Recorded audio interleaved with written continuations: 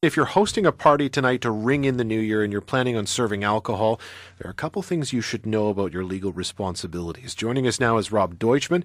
He's a lawyer. We spoke to him earlier about some of the things you need to know from a legal perspective. Good morning. What are the most common misunderstandings people have when they host a party?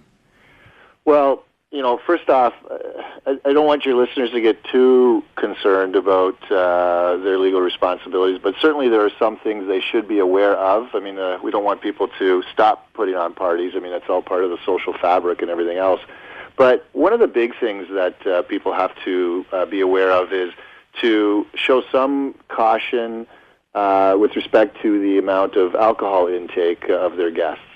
And how much monitoring is a host supposed to do? I mean, everybody reacts differently to alcohol, right? Yeah, no, it's a good question. And when I talk about monitoring, it's sort of assessing people with respect to how are they appearing? Do they appear a little bit inebriated? Would you have some concern about their ability to drive when they left your party, that sort of thing. So that's really the biggest issue of concern is because obviously we're all concerned about drunk driving and people out on the road who have left a party from your place out there then suddenly get into an accident and an innocent third party is now seriously or catastrophically injured as a result of that accident. And then, those people's lives have been horrifically upended and uprooted and changed. And so in order to compensate them for what they're going to have to go through in the future, the personal injury lawyer will be looking at who was all involved in unleashing that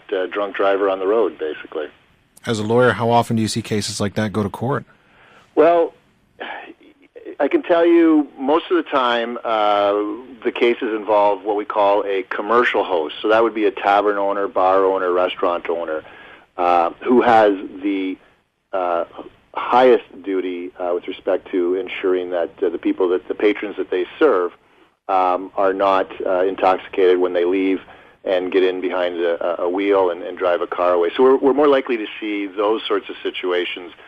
We don't often see too many of the social hosts, the person who's putting on a party for a group of friends situation. It's pretty rare to see those sorts of cases come forward. And why is that? I mean, are they difficult to prove, or is there something else to it? Well, they are. I mean, the courts. There's no what we call duty that's been recognized that says that a social host owes a duty to the individuals to ensure that they're not intoxicated. Because with a commercial host, they're selling alcohol, they're making a profit, there's regulations that require them to have a certain standard of care and training for their staff. We don't have that with the social host. So the courts are not always going to find a duty. So those cases with a social host are really determinative based on the facts of the situation. There was a pretty well-known case called Childs and Desormeaux where a social host or someone was hosting a party, but it was one of those BYOB parties.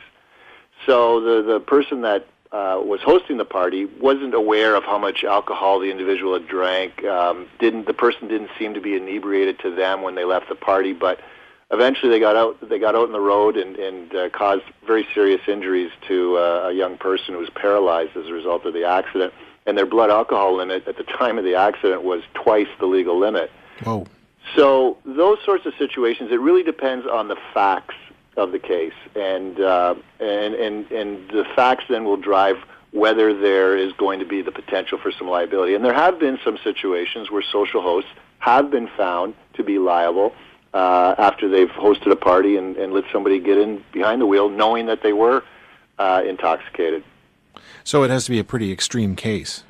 Somewhat. I mean, the courts do not want to delve into this area in the sense that they don't want to be establishing a certain policy that's going to put what we could call maybe a chill or a freeze on the whole concept of hosting parties, because, I mean, it's important in social interaction to get together and people to, share stories and talk and interact. But if suddenly then there was this significant duty or obligation imposed on the host, it would be pretty significant. But at the same time, it's not a free-for-all. So there has to be some responsibility.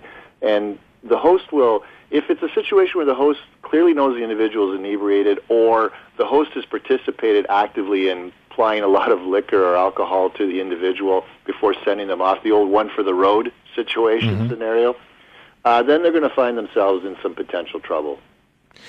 Now, let's go to something less drastic. Say a fight erupts at your party. What should a host do? I don't know. Put away the best china. That's a difficult one. I mean, if a fight erupts, and that's sort of like you'll see those situations in a commercial host tavern situation with the bouncers or whatever, right? Sometimes the bouncers step in and exert some force on patrons that one might say is a little excessive or more than what would reasonably have been expected. But if you're the social host hosting a party and a fight breaks out, I think it would be very difficult, and I haven't heard of a case where the social host has been found to be responsible for whatever injuries might arise from that. That's generally down to the two individuals and their own responsibility in that case. Just in general, though, what's the best advice for organizing a safe New Year's Eve party? Well, it's interesting. I mean, I'd highly recommend people to go online to check out. You just Google social host liability or social host tips or something like that, and up will come a bunch of recommendations. But some of them include things like, I mean, for example, if you're serving the alcohol, I wouldn't recommend necessarily going and serving tall boys. It's regular cans of beer, for example. Smaller sizes. Maybe your wine glasses are a smaller size too. Don't rush to refill somebody's drink right away. Those sorts of things. If you're going to have a larger party, you might even think about bringing in professional servers to do the serving. So the ones that have the smart serve training to do the serving.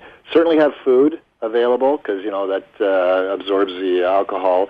And often what you read is it's not recommended. Like if you're hosting a party and there's going to be some outdoor activities, maybe try to restrict or limit the amount of alcohol that's drunk prior to the activity because your coordination and sensibilities are a bit diminished after a lot of alcohol, and that could lead to some problems too and injury. All right. Thank you for this, Rob. Hey, no problem. My pleasure. Happy holidays to everyone, and all the best in 2015. You too. Happy New Year. Cheers.